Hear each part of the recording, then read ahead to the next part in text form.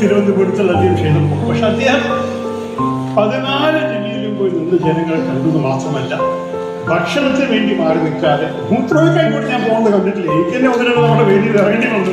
പക്ഷെ അദ്ദേഹം അങ്ങനെ നിന്നിട്ട് എല്ലാ ജനങ്ങളും അദ്ദേഹത്തിൻ്റെ പ്രധാനപ്പെട്ട ചിന്ത കാണിക്കുന്ന ഒരു അവസരമായിരുന്നു.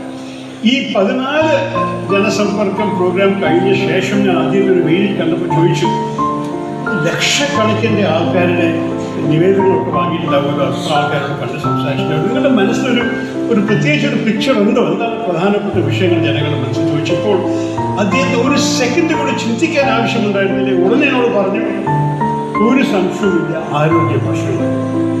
അത് മനസ്സിലാക്കിയിട്ടാണ് അദ്ദേഹം കാരുണ്യ പദ്ധതിയും ജനങ്ങൾ സൗജന്യ ട്രീറ്റ്മെന്റും ജനങ്ങൾക്ക് ചുരുങ്ങിയ വിലയും.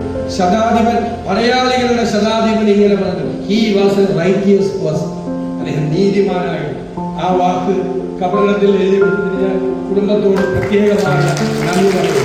ഇന്നും നമുക്ക് ഓർക്കാൻ ആ നീതിമാൻ കാണിച്ചു തന്ന വഴികൾ, ആ മാർഗം നമ്മുടെ മുമ്പിൽ ഉണ്ട്. അതാണ് ഉമ്മൻചാണ്ടി.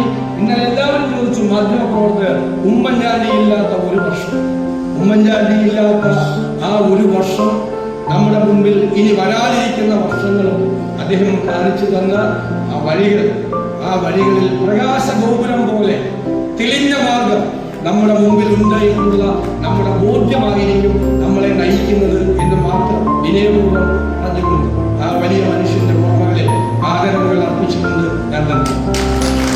ഊർജം ആർജിച്ച നേതാവായിരുന്നു അദ്ദേഹം.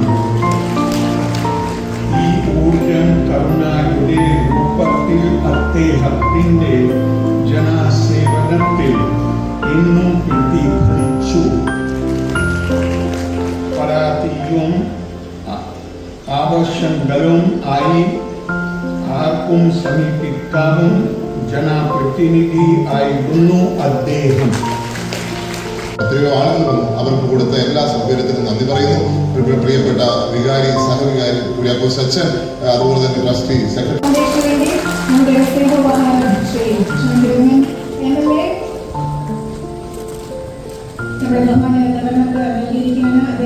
ഒരു പൊന്നാടി അണിയിച്ച് ആദരിക്കേണ്ട ഈ നിമിഷത്തിൽ ഒരു നിമിഷം പോലും ചിന്തിക്കാതെ ക്ഷണം സ്വീകരിച്ച് ഇവിടെ എത്തിയതിന്